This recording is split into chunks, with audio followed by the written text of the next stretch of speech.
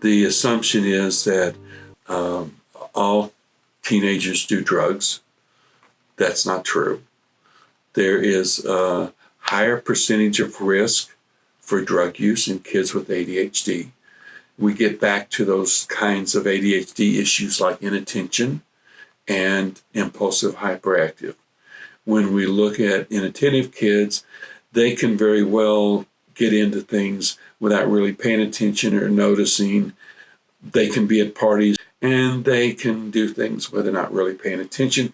Whereas your hyperactive, impulsive teenager instead is going to be more risky in their behaviors and their thoughts, and the idea of doing something exciting and fun and something new or that they haven't done, as well as both of them trying to figure out how to fit in socially. Typically, kids with attention issues and differences have a history socially of being a year or two behind their peers. And so they don't really fit in. And when you get into your teenage years, that becomes so much more important. And so to belong, to fit in, when you don't fit in with other activities, all of a sudden, if you're with a group that happens to do drugs and alcohol, they are very easy to become a part of.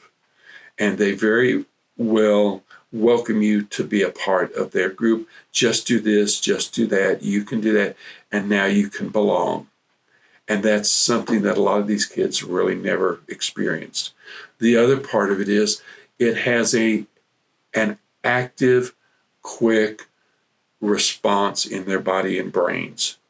And so without realizing it, teenage brains that are very, very malleable, very pliable, very much in the developmental stage, can get connected and hooked into different stimuli that they haven't had before, and that can then become something that they want to repeat and repeat and repeat.